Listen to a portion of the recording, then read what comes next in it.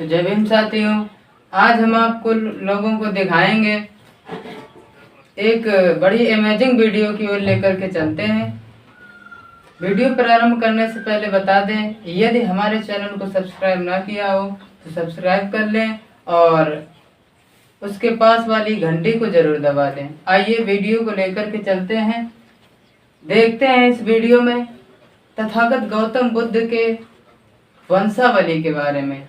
वंशावली को समझेंगे और जानेंगे आखिर कौन कौन से इनके पूर्वज और कौन कौन हुए हैं। आइए वीडियो के माध्यम से मैं आप लोगों को बताने का काम आप लोग देखेंगे। तो सबसे पहले हमारे भारत का जब बंटवारा नहीं हुआ था सन 1947 से पहले, नेपाल ये भारत में ही पड़ता था। अब 1947 के बाद में जब हमारे भारत का बंटवारा हुआ तो ये पाकिस्तान, नेपाल, कई इससे अन्य देश अलग हो गए। तो उसमें नेपाल भी पहले हमारे भारत में आता था। इस नेपाल में एक कपिलवस्तु नाम की एक सुंदर सी राजधानी थी। उस राजधानी में एक बहुत ही अच्छे महाराज हुआ करते थे जिनका नाम था जयसेन। आइए दिखाते हैं वंशावली के बारे में। सबसे पहले कपिलवस्तु राज्य में एक बहुत बड़े राजा हुए जिनका नाम था जयसेन।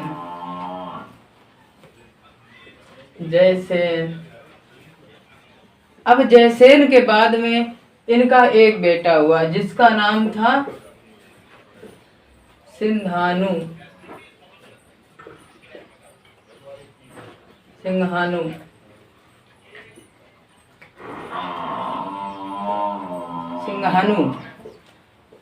यानी जयसेन का बेटा हुआ एक सिंघानु, यानी कपिलवस्तु का राजा कौन बन गया? सिंघानु। अब सिंघानु के बाद में इनके 5 पुत्र हुए।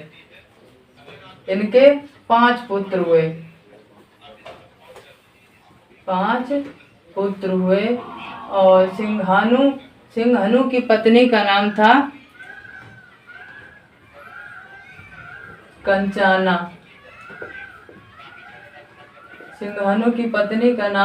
कंचाना। तो सबसे पहले कपिलवस्तु के राजा कौन थे? जयसेन के बाद में कौन हुए?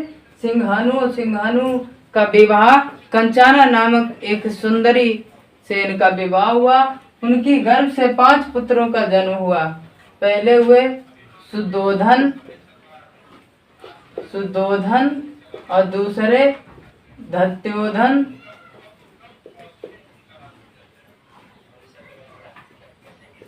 फिर शुक्लोधन,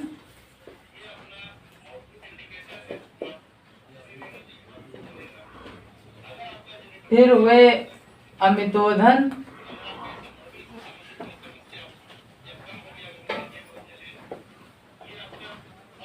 फिर उसके बाद में हुए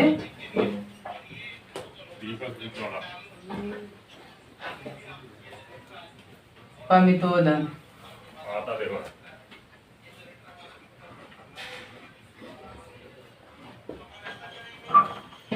यानी सिंघानु की पत्नी के गर्भ से 5 पुत्रों का जन्म हुआ। शुद्धोधन, धत्योधन, शुक्लोधन, अमितोधन और पमितोधन। और इनकी 2 पुत्रियां भी हुई, जिनका नाम था अमिता और अमिता। अब ऐसा था कि उस समय भारत देश में राजाओं के समय में जो सबसे बड़ा पुत्र होता था उसे ही राज्य दे दिया जाता था। तो सबसे बड़ा बेटा जो था सुद्धोधन था। तो सुद्धोधन को राजा बना दिया गया। और जब राजा बना दिया गया तो सुद्धोधन जब राजा बन गए तो सुद्धोधन के भी 2 विवाह हुए। कौन कौन से थे? इनका पहली पत्नी का नाम था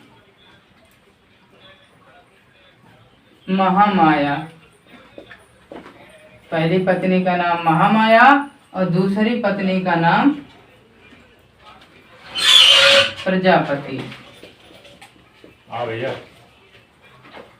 प्रजापति गौतमी।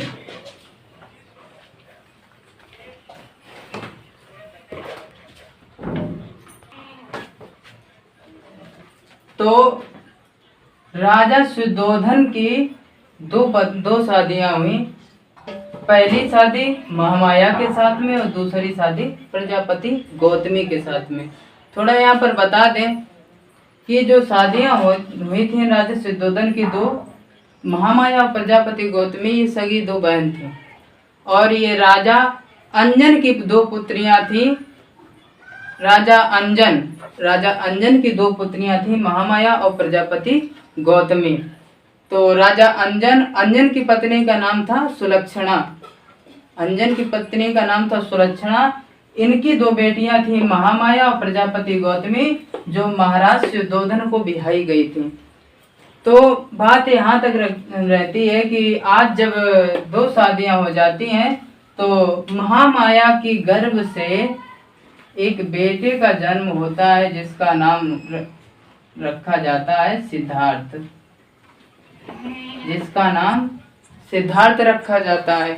और कुछ बात ऐसी होती, जब महामाया के गर्भ से जब सिद्धार्थ का जन्म हुआ था, तो कुछ ही दिनों के बाद में, 6 से 7 दिनों के बाद में सिद्धार्थ की माँ का यानी महामाया का देहांत हो गया था। जब देहांत होने से पहले महामाया ने अपने पुत्र का पालन पोषण प्रजापति गौतमी के हाथ में सौंप दिया था। तो जब प्रजापति गौतमी ने सिद्धार्थ का पालन पोषण करने लगी और महामाया का देहांत हो जाने के बाद में जब प्रजापति गौतमी सिद्धार्थ का पालन पोषण करने लगी, तो कुछ दिनों के बाद में प्रजापति गौतमी के गर्भ से भी एक बेटे का जन्म हुआ, जिसका नाम था नंद, जिसका नाम रखा गया नंद। अब जब कुछ समय बीत गया तो सिद्धार्थ का जो विवाह था, सिद्धार्थ का विवाह होता है राजा जो दंडपाणि थे। कोली वंश में एक राजा दंडपाण हुआ करते थे। तो उन दंडपाण की एक बेटी थी जिसका नाम था यशोधरा। और यशोधरा को मतलब घर में और गांव में उसे गोपा नाम से पुकारते थे, और जिसे विश्व सुंदरी का रूप भी नाम भी दिया गया है। तो गोपा का विवाह यानी यशोधरा का विवाह सिद्धार्थ के साथ हुआ।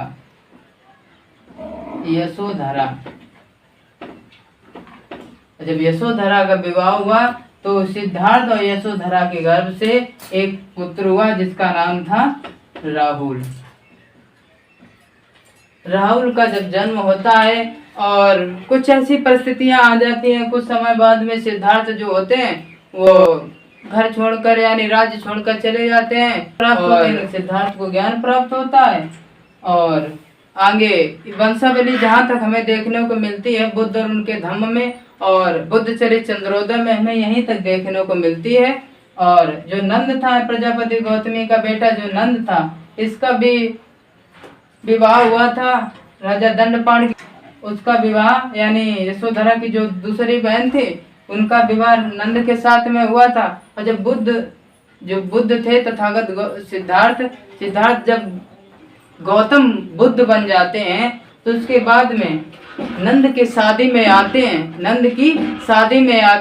और जब शादी में आते हैं तो इनको भी यानी अपने भाई नंद को भी भंते बना लेते हैं। तो यहीं से इनकी वंशावली समाप्त हो जाती है।